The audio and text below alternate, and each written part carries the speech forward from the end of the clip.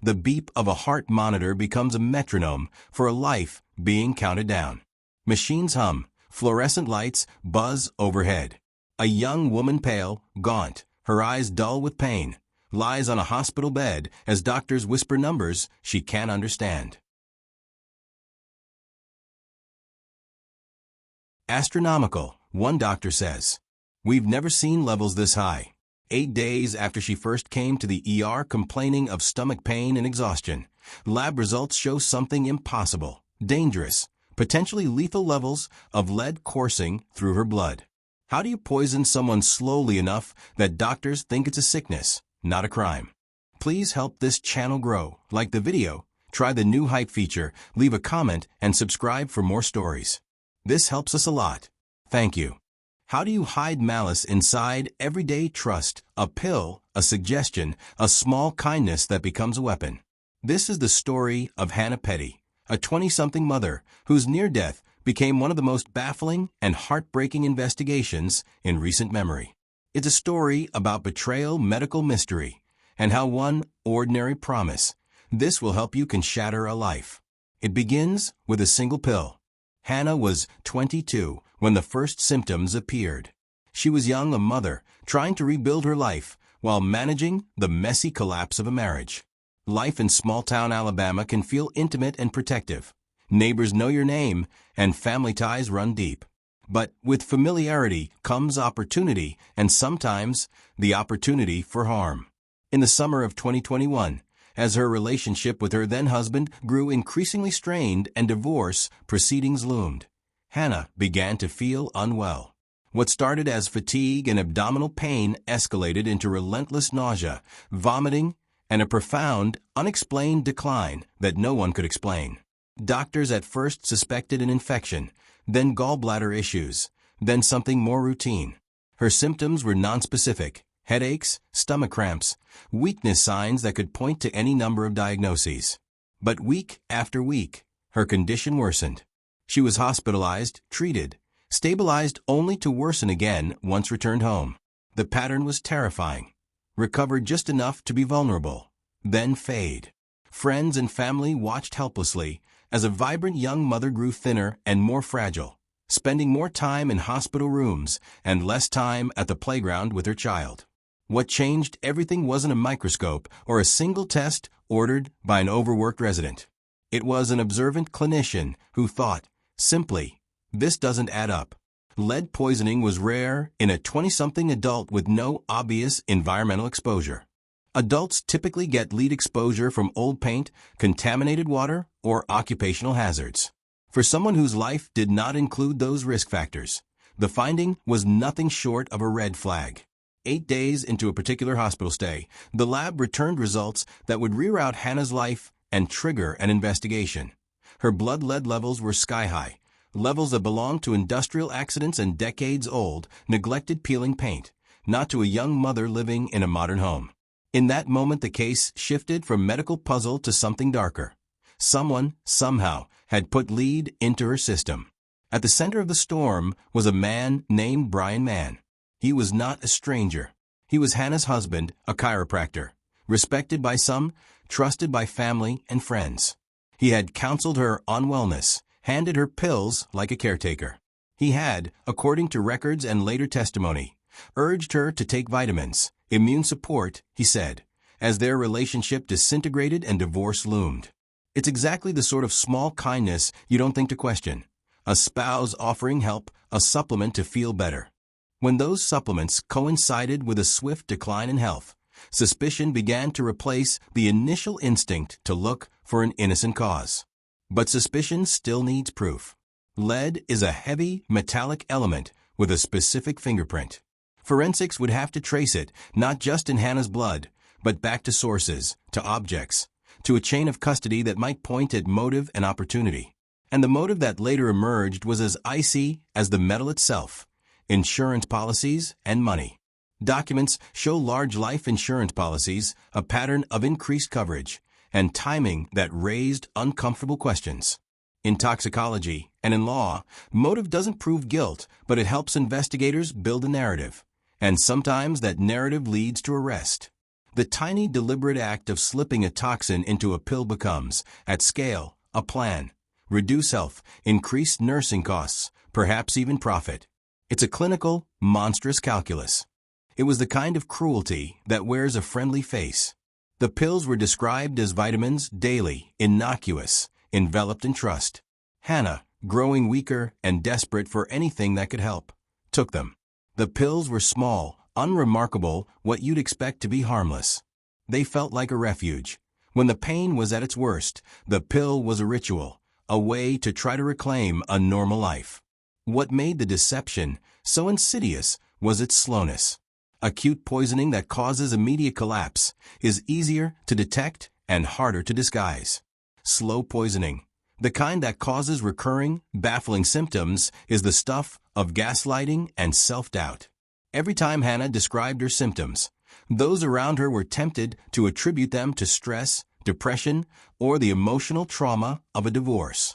In the quiet spaces of a house, the person who brings you pills can also be the one who watches you take them. The same hand that comforts can conceal. Hannah's days blurred into nights of tests and treatments. She was admitted to the hospital several times over the course of months. Physicians prescribed fluids, antiemetics, pain control. They ran scans and biopsies and called in specialists. But the labs kept returning to one truth: lead. In one telling image from court records and reporting, Hannah's lab values were described as astronomical. Lead levels that high don't happen by accident. They don't happen from old paint in a modern home without additional exposure. Detectives would later learn that the lead didn't come from a contaminated water pipe or a dusty attic. It came from an unexpected source: leftover lead panels used in constructing an X-ray room. Contractors use sheets of lead to line walls and protect patients and staff from radiation. Those same panels, if repurposed or left lying around, can become a source of contamination. According to investigative work and later court testimony, lead from such a project ended up in a form that could be ground down and mixed with other materials, a horrifyingly practical way to contaminate pills. The idea of medicine laced with a heavy metal is grotesque because medicine is supposed to heal. Here, it became a delivery method for death. As Hannah's case evolved, so did the picture of intent.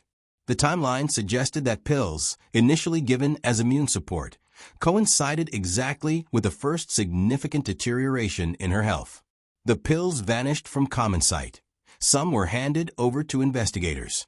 Lab tests of the pills and their residues, along with samples taken from the household and medical settings, would become the physical proof needed to bridge suspicion with criminal charges. There is a particular cruelty to poisoning that hangs in the quiet domestic scenes: a bowl of soup, a bottle of tonic, bedtime assurances. It's intimate, private, and therefore profoundly violating. Hannah's body carried the proof of betrayal in its bloodstream. Each painful, bewildering day was a chapter in an attempt on her life, an attempt to render her fragile, dependent, and, some investigators allege, gone. For 2 months Hannah remained under medical care, fighting for her life. Her body, once resilient, was ravaged by something invisible and cunning. Her child witnessed a mother transformed by illness. Her friends and family watched hope and fear alternate as tests came back positive, negative, then positive again. The emotional toll was enormous. Add to that the weight of suspicion. When the perpetrator is close, every smile can look like concealment. Every helpful act can be viewed under the harsh glare of possibility. When a medical team tells police that a patient's lead levels are astronomical, an investigation begins where medicine meets detective work. The Hartselle Police Department, small, methodical, and under the scrutiny that accompanies such a sensational case, opened inquiries into how and why Hannah had been poisoned. Investigators followed established protocols: interviews, subpoenas, evidence collection, lab analyses, and tracing supply chains. One of the first questions detectives asked was obvious. How could a person in 2021 acquire enough lead to spike someone else's blood value to such dangerous levels? Occupational access, recent construction, stray contamination, all potential leads. As they dug, investigators found traces that pointed toward Brian Mann's place of work. Mann, the chiropractor, had recently completed work on his office that involved installing an X-ray room, a project that can require lead panels and sheets to shield radiation. A tip led investigators to believe that leftover lead from that construction had been kept rather than disposed of properly. If true, it provided a direct link between an accessible source and the alleged method. Forensic tests were a key pivot point. It's one thing to say lead was present. It's another to show a match, a similar chemical profile, a matching alloy, the same impurities between materials found in a suspect's domain and the contaminant recovered from a victim.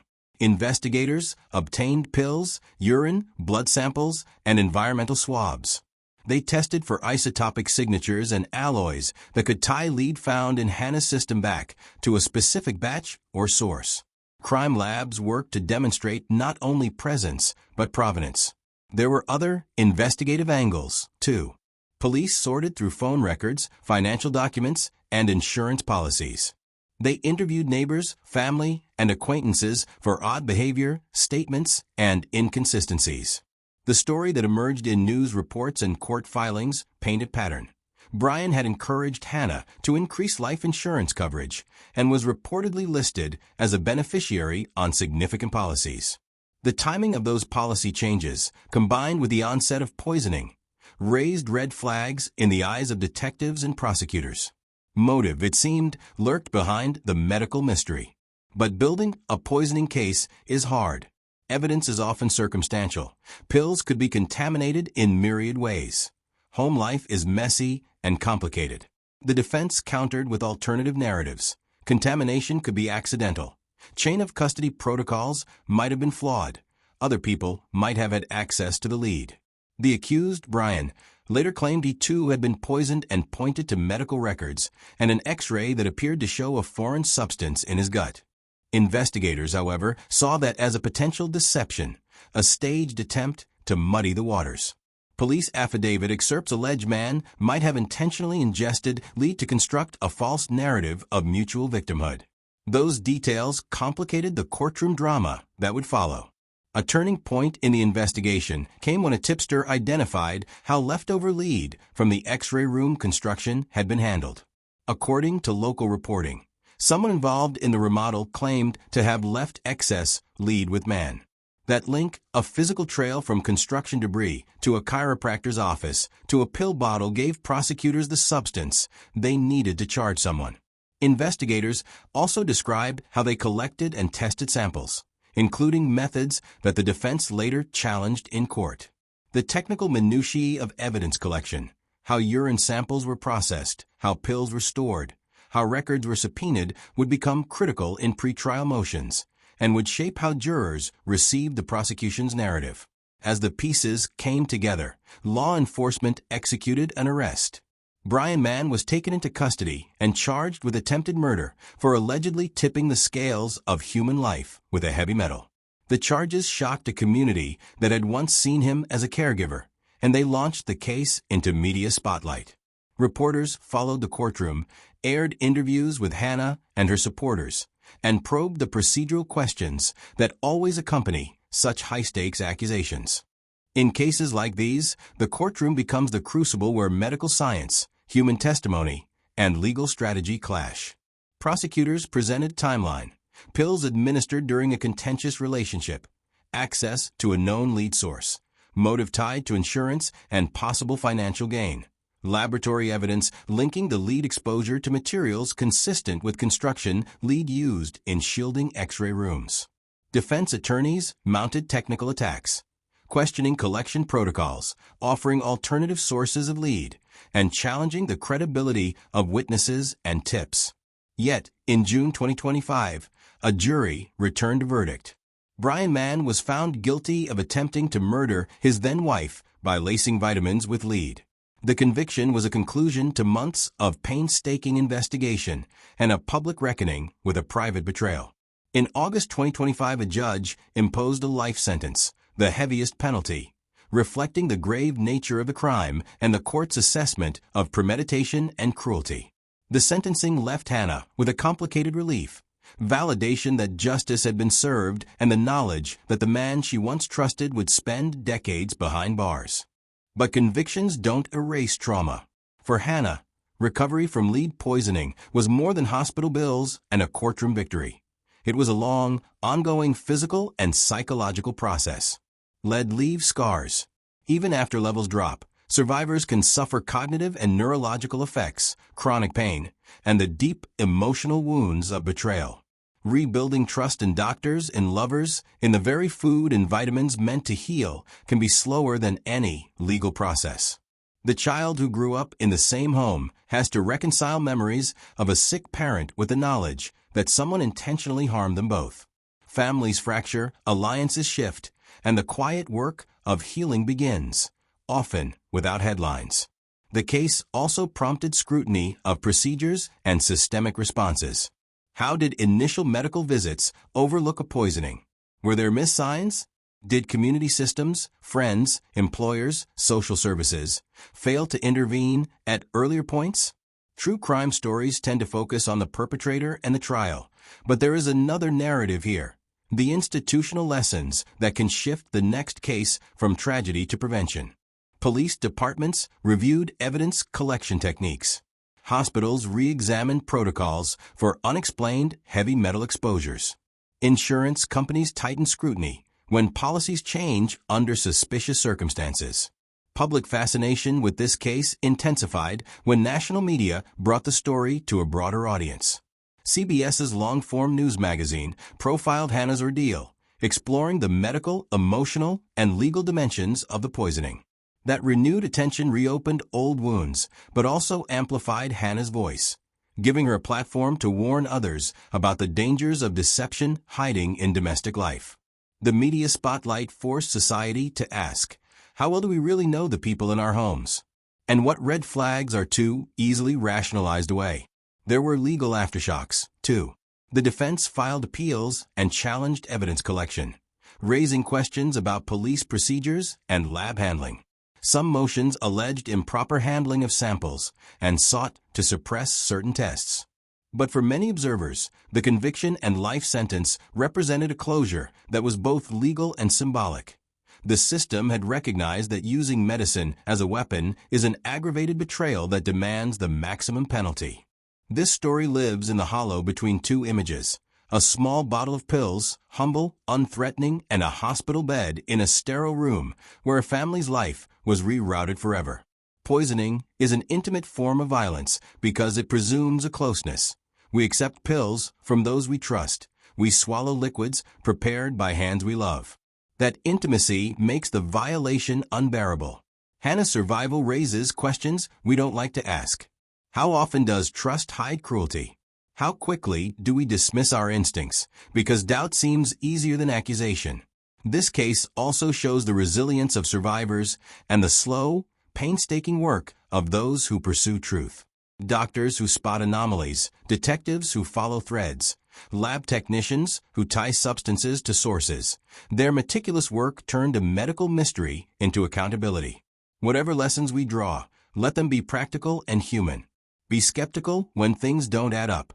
Listen to your body and insist on evidence when medical answers are unclear. Support survivors without assuming guilt. Fight for better systems that can detect unusual exposures earlier. And never underestimate the power of one person's courage to change the arc of a story from near tragedy to testimony, from silence to justice.